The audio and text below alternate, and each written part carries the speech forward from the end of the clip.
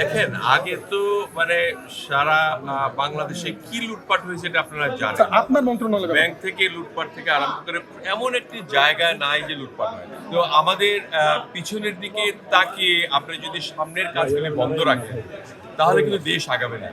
কিন্তু পিছনে যারা অন্যায়গুলি করেছে তাদের তদন্ত চলমান আছে, তাদের ব্যাপারে আমরা বিশেষ ব্যবস্থা গ্রহণ করব। যে দেশের মানুষকে প্রতিদিন সুরক্ষিত রাখার প্রত্যয় নিয়ে সেফটি কেবলস সহ এলো সেফ সিলিং ফ্যান। কেন এই অনিয়মগুলো হয়েছে এবং এত টাকা কেন তারা নিয়েছে, যদি যৌক্তিক হয় তাহলে তো আপনি কিছু করতে পারবেন না। যৌক্তিক কি হবে স্যার? এখন ডলারের দাম কত ছিল, এখন ডলারের দাম কত কম, আপনি বুঝতে পারেন আর কি। আমি ওইভাবে বলতে চাই না, তবে আমরা চেষ্টা করছি একদম 100% স্বচ্ছতার মাধ্যমে যাতে করে বিমান ভাড়াটা ঠিক থাকে এবং বিমানের ফ্লিট যেহেতু বাড়ছে এবং অন্যান্য আমাদের যা প্রাইভেট এয়ারলাইন্সও আসছে, তাতে করে আমার মনে হয় একটা অ্যাডজাস্টমেন্ট হবে।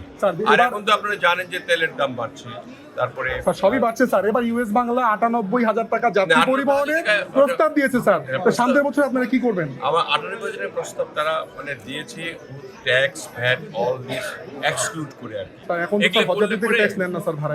না, আছে ওই আপনার একটা ভ্যাট আছে, একটাই আছে, ওরা ক্যালকুলেশন করবে আর কি।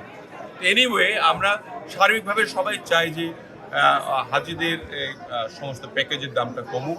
আমাদের তো এন্ড থেকে আমরা চেষ্টা করব আগামীবারও যদি আমরা চাই পারি যে ধরেন তেলের দাম কমে গেল, তারপরে আমাদের ফ্লিট বেড়ে গেছে, আমরা ফুল যাত্রী পাচ্ছি, তখন ম্যানেজমেন্টটা সুন্দর করছি, মিসম্যানেজমেন্টটা নাই, তাহলে হয়তো আমরা আরেকটু কমাতে পারবো।